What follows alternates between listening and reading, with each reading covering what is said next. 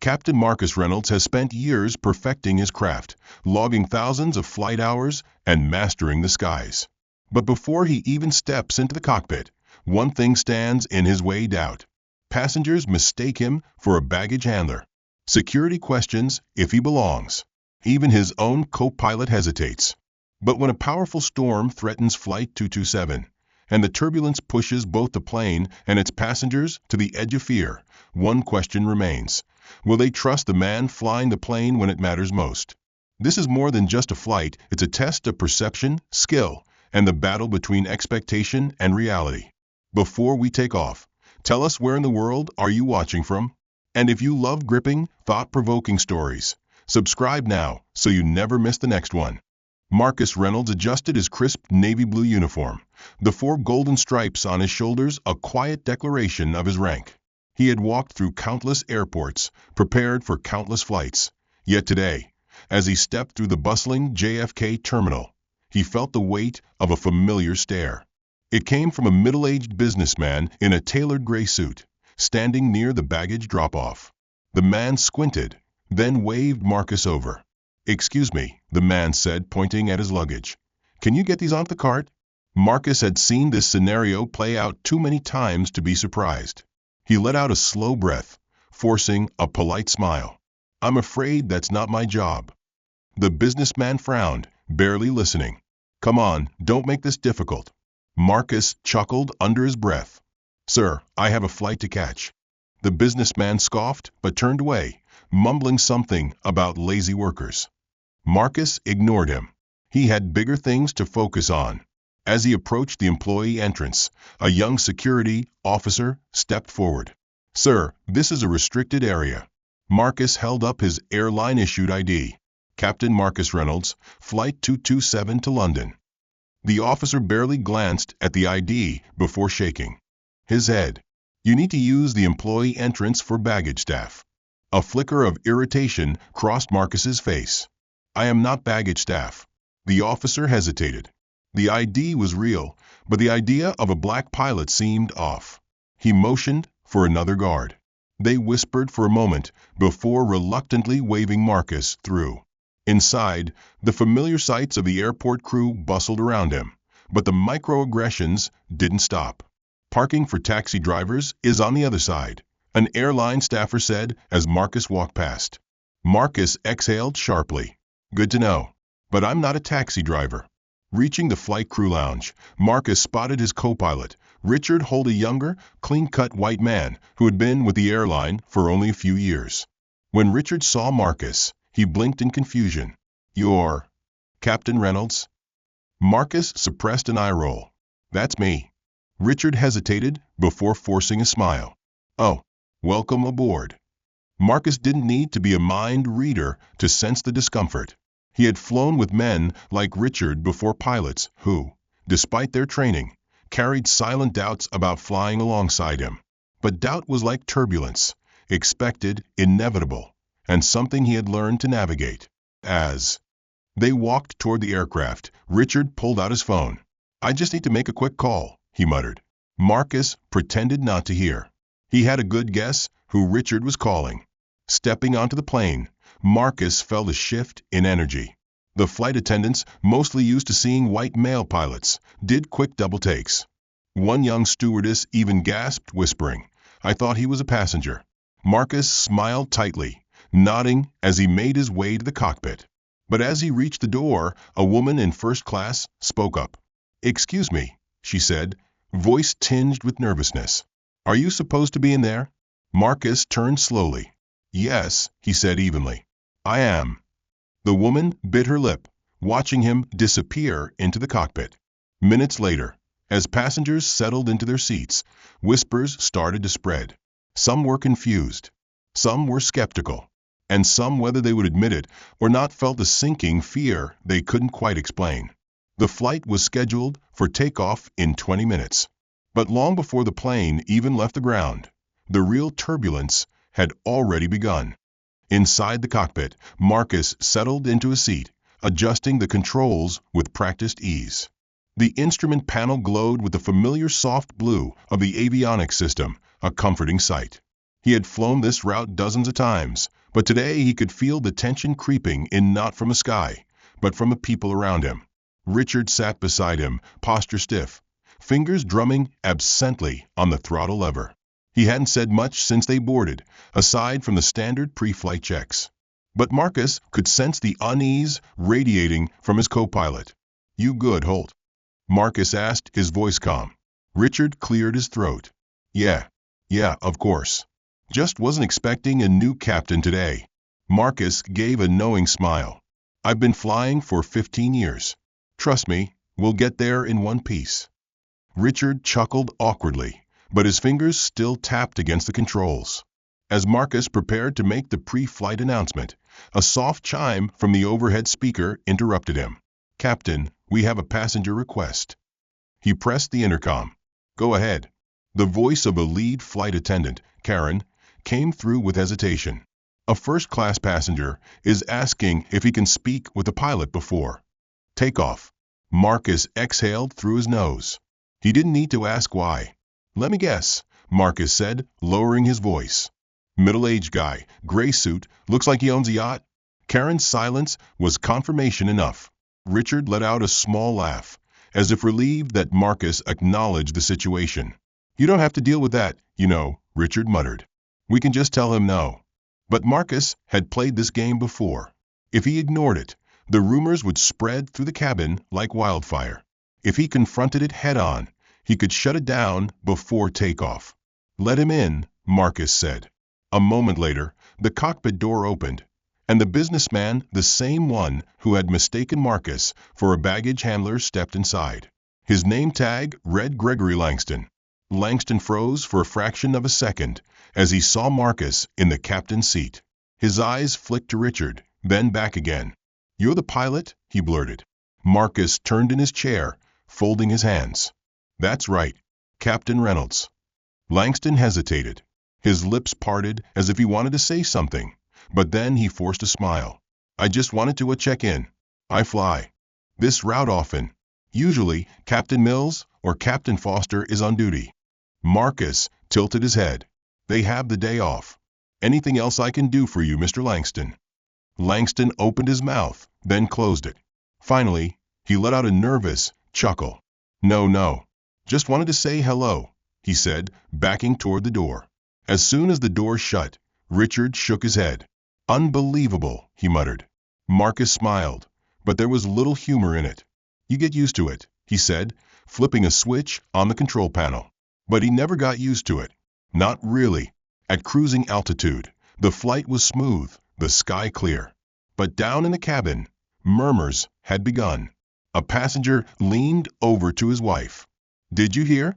The pilot's some new guy. Never seen him before."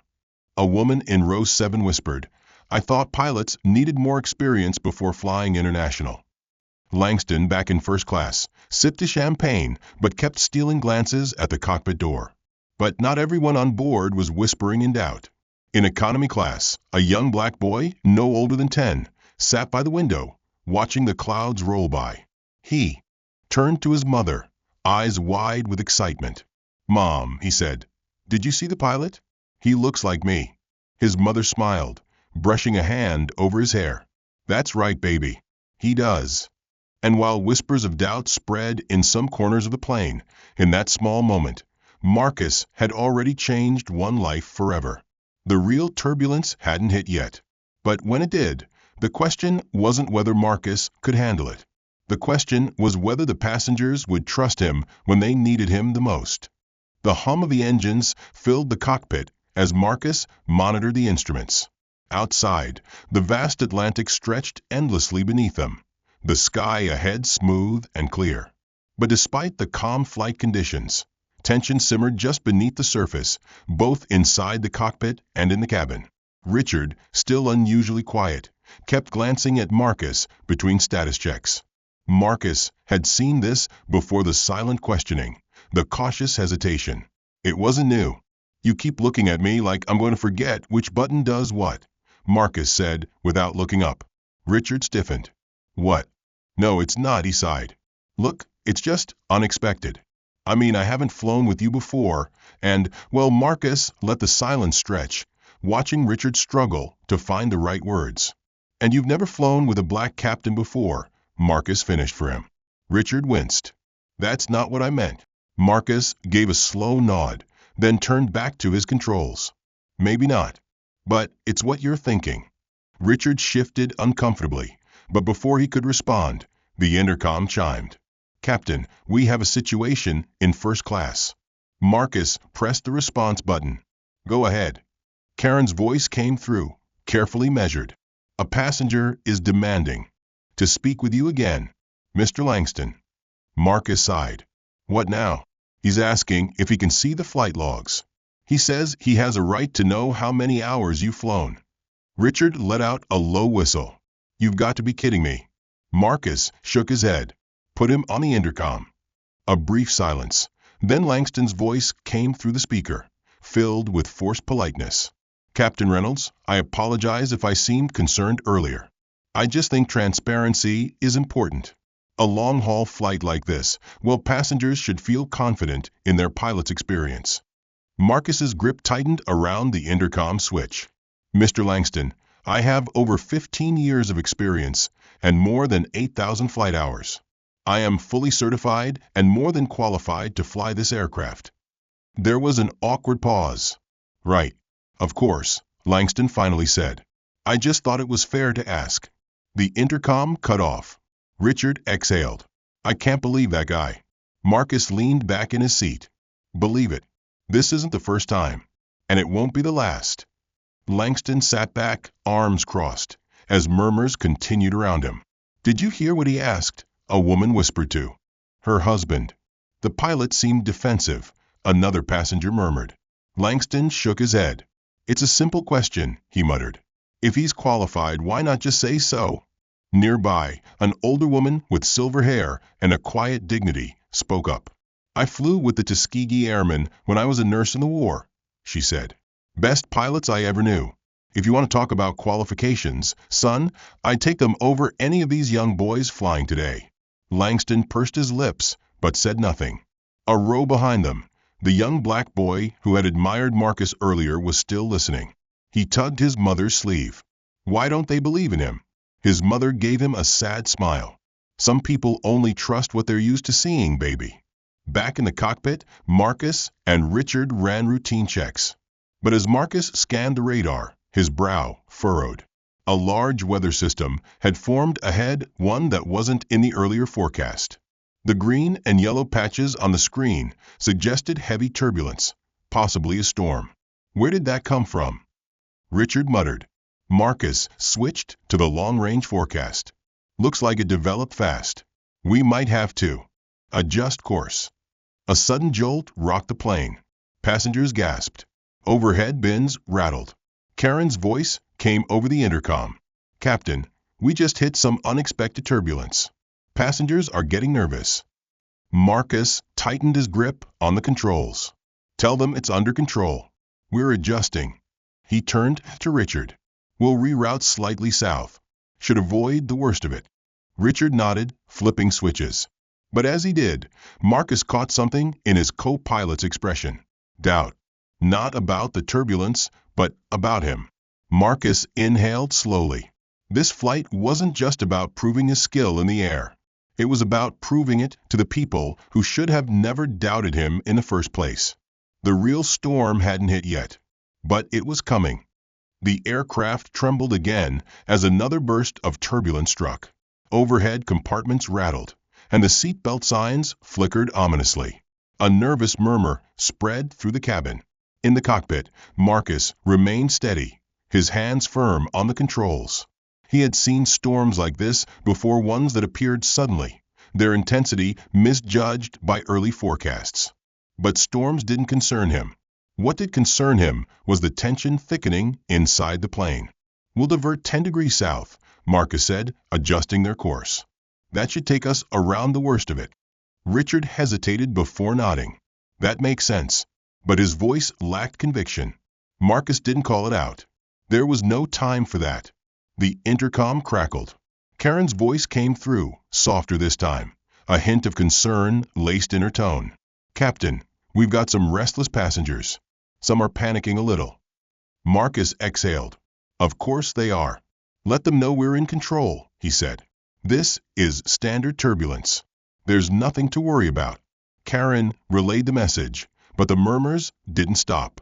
Then, as if to challenge his words, the aircraft gave a sudden, violent shudder. In the cabin, gasps turned to outright fear. A woman let out a muffled scream. Langston gripped his armrests, his knuckles turning white. The young boy who had admired Marcus clung to his mother's hand. Back in the cockpit, warning lights flickered. The turbulence had worsened, and wind speeds were increasing. Marcus's mind worked quickly. They were still within safe operating conditions, but if this got worse, Richard shifted beside him. Maybe we should call it in, he suggested, fingers hovering over the distress radio. Marcus turned to him. For turbulence? Richard's jaw tightened. It's more than just turbulence. Marcus kept his voice level. We're not in a mayday situation. I can handle this. Richard hesitated, but maybe the moment stretched. And then, the cockpit door suddenly burst open. Karen stood there, breathless. Captain, we have a problem. Marcus frowned. What kind of problem? Karen threw a glance over her shoulder before stepping closer. Some passengers are saying they don't feel safe, she said carefully. Mr. Langston is demanding an emergency landing. Marcus blinked. An emergency landing? Karen nodded. He's saying, she hesitated, then forced the words out. He's saying you're putting people at risk. A beat of silence. Richard exhaled. This is ridiculous. Marcus kept his expression unreadable. And what does he want exactly? Karen bit her lip. He wants the co-pilot to take control. Marcus let out a slow breath, his patience wearing thin. That's not how this works. I know that, Karen said quickly. But he's convincing others. And some passengers are listening. Marcus clenched his jaw. It didn't matter that he had more experience than Richard. It didn't matter that he was the captain. To Langston and people like him, that wasn't enough. Richard looked uncomfortable. He cleared his throat. Look, I know this is ridiculous, but if people are panicking, Marcus cut him off, his voice calm but firm. Are you questioning my ability to fly this plane, Holt? Richard blinked. No, Marcus leaned forward. Because if you are, now is the time to say it. Richard hesitated, then shook his head. No, I trust you. Marcus held his gaze for a moment longer, then turned back to Karen. Tell Mr. Langston that if he wants to fly the plane himself, he can go get his license. Karen let out a breath that sounded suspiciously like relief. She nodded and slipped out, closing the cockpit door behind her. For a moment, the only sound was the steady hum of the engines. Richard shifted. You know they're not going to stop. Marcus nodded. I know. And then, through the windshield, he saw dark clouds rolling ahead, lightning flickering in the distance. The real storm was waiting for them, and Marcus had no choice but to fly straight through it. The cockpit lights dimmed for a fraction of a second as another jolt of turbulence rippled through the aircraft. The plane shuddered, metal groaning under the force of shifting air currents. The storm ahead was growing large, fast-moving thunderclouds swelling in the night sky. Marcus scanned the radar, jaw tightening. This front wasn't supposed to be here. Richard nodded grimly. Looks like we're flying into something serious. Marcus kept his voice steady. We still have options. We can climb above it or try a wider detour. But we need to act fast. Richard hesitated. Climbing might take us above the worst of it, but we'd burn more fuel. Marcus weighed the risks. We have enough reserves. I'd rather use extra fuel than risk getting caught in the heart of that system. Richard flipped a few switches, preparing for the altitude change. But just as Marcus reached for the throttle, the intercom crackled to life. Captain, I have another problem. Karen's voice came through. Marcus exhaled. What now? There was a pause. Then, in a quieter tone, she said, Mr. Langston is trying to rally more passengers. He's saying you're not responding to the turbulence fast enough. Marcus's fingers tightened on the throttle. He had seen this before, panic turning into paranoia. The fear of the unknown twisting into something uglier. Karen continued. Some passengers are listening to him. He's saying the airline put diversity before safety. Marcus closed his eyes briefly. He knew this wasn't just about turbulence anymore. It never had been. He took a slow breath. Karen, listen to me. Keep people calm. The last thing we need is a panic spreading through the cabin. Let them know we are adjusting course to avoid the storm. And remind them firmly that this cockpit is not a democracy. There was a pause. Then, understood, Captain. The line went dead. Richard let out a quiet laugh, shaking his head. I've never seen anything like this. Marcus glanced at him. You probably have. Just never noticed. Richard didn't argue. The first wave of heavy turbulence struck fast. The plane dipped suddenly, causing gasps and shouts from the cabin. Overhead bins rattled. Drink cups toppled onto laps. Marcus held the controls steady, adjusting for the sudden gusts of wind slamming into the aircraft. The seatbelt sign flickered brighter. Another jolt. The cockpit screens blinked as external sensors adjusted to the storm's intensity. Lightning flashed outside, illuminating the sky in eerie white streaks. Then, an alarm. Airspeed deviation. Marcus reacted instantly, stabilizing the throttle. The storm's wind shear was trying to disrupt the aircraft's balance, pushing them off course. Richard's hands flew over the controls, assisting with system checks. Winds are shifting fast. We're getting crosswinds from multiple directions. Marcus adjusted again, staying calm. We hold steady. No overcorrection. A voice interrupted through the radio air traffic control. Flight 227, we see your trajectory shifting. Do you require assistance? Marcus keyed the mic negative. We're adjusting altitude to avoid the worst turbulence. Stand by for further updates. Another sharp tremor rocked the plane. Richard swore under his breath. Passengers are going to lose it. And as if on cue, Karen's voice came through again, more urgent this time. Captain, we have passengers out of their seats. Langston is demanding to speak to you. Marcus clenched his jaw. Of course he is. He switched on the cabin intercom. His voice, calm but firm, filled the plane. Ladies and gentlemen, this is your captain speaking. We are flying through an unexpected weather system. The turbulence is under control, and my crew is taking every precaution necessary. However, I need all passengers to remain seated with seatbelts fastened. This is not optional. A pause. Then Marcus added, if any passenger refuses to comply, they will be restrained. The weight of his words settled over the cabin. Karen's voice came back seconds later, quieter. That got their attention. Marcus nodded to himself. But the storm wasn't done yet. Lightning flashed again, closer this time. The aircraft jolted violently. The warning lights on the dashboard flickered more turbulence ahead. Richard exhaled sharply. I hope they trust you now. Marcus tightened his grip on the controls. If they don't, he said, eyes locked on the storm, they're about to. The plane jolted again, harder this time. A ripple of panic surged through the cabin. Overhead bins rattled. A few loose items tumbled into the aisles. Inside the cockpit, Marcus kept his hands steady on the controls. His heartbeat was calm, his mind sharp. He had trained for situations like this, he had flown through worse. But he wasn't just fighting the storm. He was fighting the fear inside the plane. Richard's grip tightened on the yoke. Wind shear is shifting fast. This storm is a beast. Marcus adjusted their altitude again. We're holding. We just need to ride it out. A new warning flashed on the dashboard. Wind speeds increasing. Downdrafts detected. Richard inhaled sharply. We're losing altitude. Marcus adjusted the throttle immediately. Countering now. The aircraft dipped just for a second, but a second was enough. In the cabin, screams erupted. A voice rose above the others. We're going down. Marcus recognized it instantly. Langston. His voice carried panic like a disease, spreading it through the rows of passengers. Karen's voice came through the intercom, strained.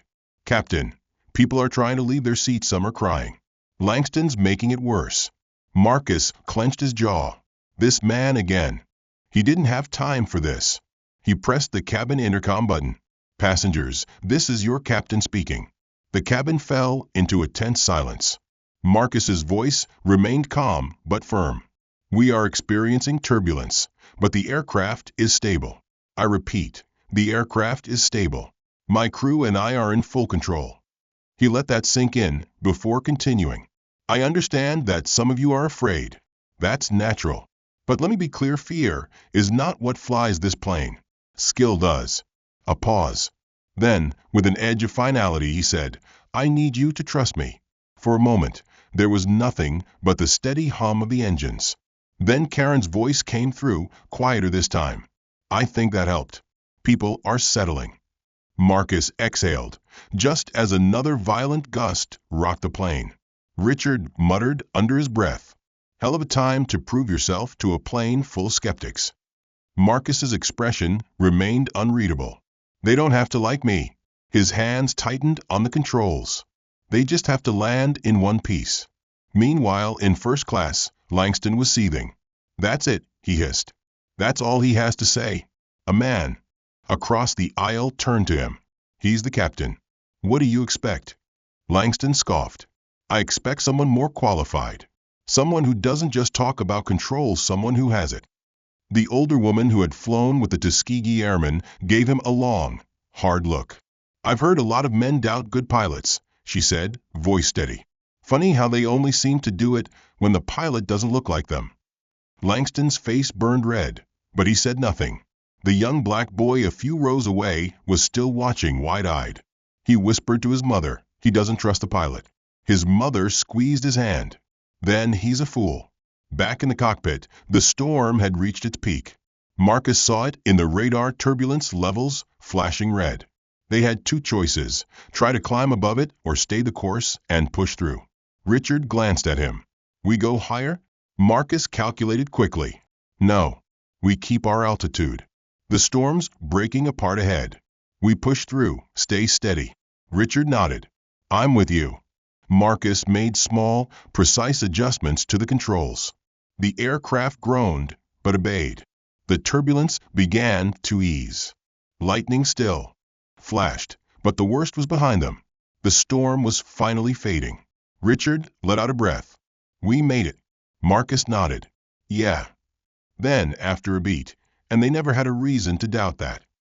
Richard glanced at him, but said nothing, because he knew Marcus was right. The plane finally steadied. The violent rocking had subsided into occasional tremors, nothing more than the lingering echoes of the storm they had just fought through.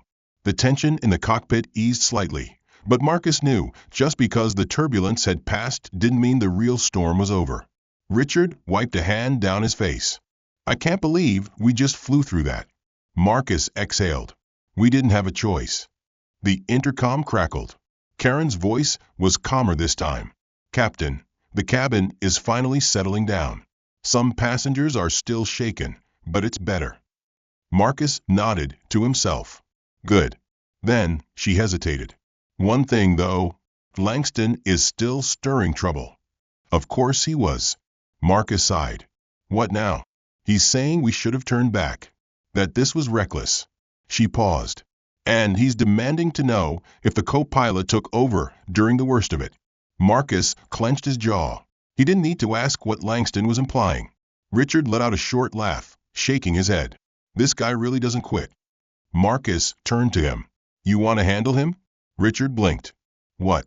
Marcus leaned back. "If you talk to him, he'll believe you, won't he?" Richard hesitated. He knew what Marcus meant. If he, a white man, reassured Langston, it would carry more weight than Marcus saying the exact same thing. For a long moment, Richard didn't speak. Then, finally, he sighed. "No, I think you should." Marcus raised an eyebrow. Richard shifted in his seat. "Look, if I go out there, it's like saying he was right to question you in the first place." He shook his head. "I'm not doing that." Marcus studied him, then gave a small nod. Over the intercom he said, "Karen, I'll come speak to him myself." A pause. Then, "Understood, Captain." The moment Marcus stepped out of the cockpit, heads turned. Passengers watched him, some with quiet respect, others with lingering uncertainty. The young black boy's eyes lit up as he whispered something excitedly to his mother. Langston, still seated in first class, crossed his arms as Marcus approached. "Mr. Langston," Marcus said evenly, "I hear you have concerns." Langston sat up. "You should have turned back." Marcus shook his head. "That was never an option." Langston scoffed. "You chose to fly through that." "I chose the safest path," Marcus said, voice level. "Turning back into the storm would have been far more dangerous." Langston didn't look convinced. "I just don't think Marcus cut him off. That's the problem, isn't it?" He held Langston's gaze. "You don't think I know what I'm doing. You never did." A flicker of something crossed Langston's face. "You assumed I was a baggage handler. You questioned my credentials before we even took off.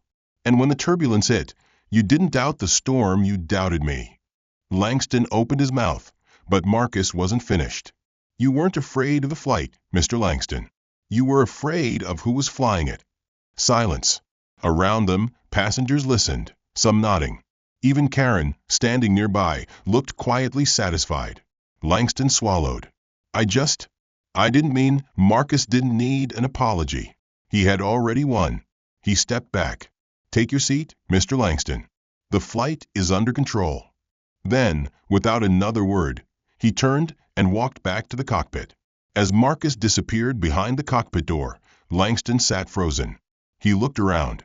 Other passengers were staring at him, not with agreement, but judgment. The older woman, the one who had flown with the Tuskegee Airmen, shook her head at him. "You should be ashamed," she muttered. Langston swallowed hard and looked down. A few rows behind him, the young black boy leaned toward his mother. "Mom, he's the best pilot, isn't he?" His mother smiled. "Yes, baby, he is." And for the first time that flight, Langston had nothing to say. The cockpit door clicked shut behind Marcus, sealing him off from the passengers and their lingering doubts. He slid into his seat and adjusted his headset, feeling Richard's eyes on him. "That was quite a speech," Richard said, carefully neutral. Marcus checked the flight controls. "It wasn't a speech." Richard exhaled through his nose, drumming his fingers on the throttle lever. "You really think he got the message?" Marcus flicked a switch, his voice dry. "I don't think he had a choice." Richard let out a short laugh, but didn't push further. Instead, he turned his attention to the flight path. The storm had faded behind them, nothing but residual turbulence left in its wake. Ahead, the sky stretched clear, the Atlantic now calm beneath them. For the first time since takeoff, the flight felt routine again. Marcus adjusted their heading slightly. "We're back on schedule. Estimated arrival in London is still on time." Richard nodded. "Good." Then, after a pause, he added, "You handled all of that better than I would have." Marcus smirked. "I've had practice." Richard hesitated. "I meant what I said earlier. I trust you." Marcus glanced at him, reading the sincerity in his expression. "You should," he said simply. And that was that. The energy in first class had shifted. The whispers had faded. The tension had settled into an awkward, heavy silence. Langston sat stiffly in his seat, his jaw clenched, staring straight ahead. He could feel the weight of the other passengers' gazes, the quiet judgment pressing down on him. The older woman who had called him out earlier was now reading a book, completely unbothered. The young black boy was still peeking toward the cockpit, his admiration for the pilot unwavering. Langston exhaled sharply. He had spent the entire flight questioning Marcus Reynolds, doubting him, undermining him. And yet when the storm hit, when the plane shook violently, when fear gripped the cabin, Marcus had been the only one who remained completely, unquestionably in control. Langston had been waiting for the pilot to prove himself. But now he realized the only person who had anything to prove was him. He swallowed hard and looked down, feeling something uncomfortably close to shame. Karen walked through the cabin, checking on passengers. She paused at Langston's row, tilting her head. "Can I get you anything, Mr. Langston?" she asked, her tone unreadable. Langston hesitated. His usual arrogance was gone. For the first time since boarding, he seemed unsure of himself. He shook his head. "No, I'm fine." Karen gave a small nod, but as she turned to leave, Langston spoke again, quieter this time. "Karen." She glanced back. Langston shifted uncomfortably. His voice was barely above a whisper. "The captain. He's good. Really good." Karen's lips twitched in something close to satisfaction. "I know," she said. Then, without another word, she walked away. Langston sat back in his seat, staring at the cockpit door. For the first time that flight, he had nothing left to say. The aircraft cruised smoothly now, the turbulence long behind them. The storm had tested the plane, the passengers, and the crew, but the skies ahead were clear. Inside the cockpit, Marcus received a transmission from Heathrow Approach Control. "Flight 227, this is Heathrow Tower. You are cleared to begin descent." Marcus acknowledged the call and adjusted the altitude. The distant lights of London flickered on the horizon. They were nearly there. Richard stretched his fingers over the controls, a bit more relaxed now. "Never thought I'd be so happy to see Heathrow." Marcus smirked. "You should try flying into it in bad weather. This is a perfect day compared to that." Richard chuckled, but then he hesitated. "Listen about earlier." Marcus didn't look up. "I know." Richard shifted. "Do you?" "Because I wasn't sure if I did." Marcus glanced at him now, his expression calm but pointed. "Let me guess. You thought you had no bias. That you were different from Langston." Richard exhaled. "I never questioned your skill, but I can't say I never hesitated." He rubbed the back of his neck. "And that hesitation says something, doesn't it?" Marcus didn't let him off the hook. "Yeah, it does." Richard nodded slowly. "I get it now." Marcus held his gaze for a moment, then turned back to the controls. "Good." That was all he needed to say. Karen walked down the aisle one last time, making sure everything was in order for landing. The mood among the passengers had changed. The earlier tension had melted into something quieter reflection, perhaps even a bit of embarrassment. Even Langston had stopped talking. When she reached him, she paused. He looked up at her, then glanced at the cockpit door. Karen raised an eyebrow. "Something on your mind?" Langston hesitated. He stopped, shook his head. "Never mind." Karen studied him for a second, before leaning in just slightly. "It's okay to say you were wrong, Mr. Langston." Langston's jaw tightened, but then he sighed. He didn't say it, but in the way he looked away, in the way his shoulders slumped slightly, Karen knew. He had nothing left to argue. She smiled to herself and walked away. "Landing gear deployed," Richard called out as they approached the runway. Marcus guided the plane with steady hands, eyes locked on the runway lights ahead. The aircraft glided lower, cutting through the night. Air with perfect precision. "Speed brakes armed," Marcus confirmed. The runway rushed toward them. Then a perfect landing. Smooth. Controlled. No sudden jolts. The wheels kissed the pavement, and the plane rolled to a gradual stop. The cabin erupted in applause, but Marcus didn't react. He finished the landing procedures with the same calm efficiency he always had. Because this flawless execution wasn't about proving anything. It was just another day's work. Richard let out a breath. "That was a damn good landing." Marcus smirked. "You sound surprised." Richard laughed. "Not anymore." As passengers disembarked, the atmosphere was different. Some murmured quiet apologies to Karen. Others gave lingering glances toward the cockpit, as if realizing too late who had really been in control all along. Langston stood near the exit, hesitating. Then, just as Marcus stepped out of the cockpit, Langston turned toward him. For a second, neither spoke. Then Langston cleared his throat. "Good flight." Marcus studied him. He could see it, the pride that had kept Langston from saying more. But in his tone, in his posture, in the way he wasn't questioning Marcus anymore, it was enough. Marcus gave a small nod. "I know." Langston held his gaze for another second, then gave a stiff nod before walking away. Karen stepped up beside Marcus, arms crossed. "Well, look at that. Growth." Marcus chuckled. "Took him long enough." Karen smirked. "Better late than never." Marcus exhaled, looking at the now empty plane. The doubts, the storm, the turbulence, it was all behind them. And still, as always, he had landed just fine.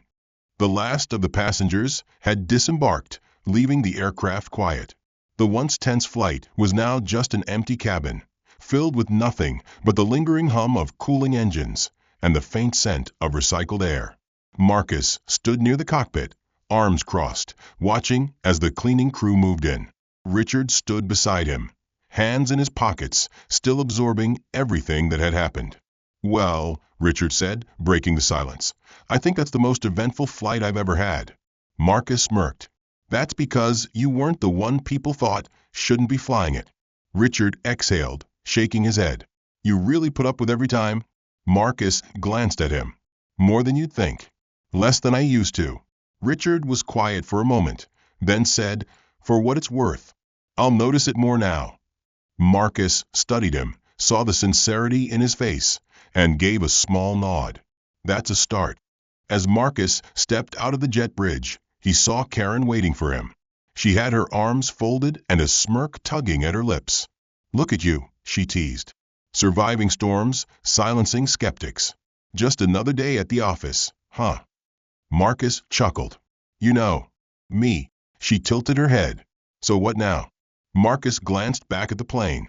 "I file my report. I go home. I get ready to do it all over again." Karen nodded slowly. "And Langston?" Marcus shrugged. "That's on him." Karen raised an eyebrow. "You don't think he learned something?" Marcus thought about the way Langston had hesitated at the end, the way he had struggled to say anything at all. "He learned," Marcus said finally. "But whether he changes, that's his choice." Karen smiled. "Well, you definitely gave him something to think about." Marcus glanced toward the terminal, where a familiar face was waiting, a young black boy, the same one who had been watching him the entire flight. He stood next to his mother, bouncing on his toes. When he saw Marcus, his face lit up. "Mom, it's him."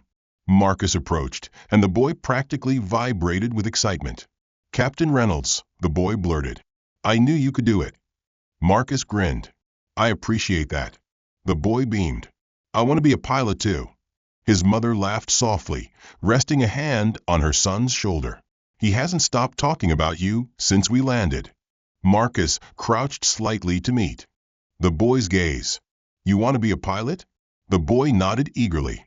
"Yes, just like you." Marcus smiled. "Good. Then I'll tell you a secret." He leaned in slightly, voice low. "The sky doesn't care what color you are. It only cares if you can fly." The boy's eyes widened. "Really?" Marcus nodded. "Really?" The boy's mother gave Marcus a look of quiet gratitude. "Thank you," she said softly. Marcus stood and nodded. "Anytime." As the boy and his mother walked away, Marcus felt a weight lift. Langston's doubt didn't matter. The whispers didn't matter. The looks, the assumptions, the quiet resistance, none of it mattered.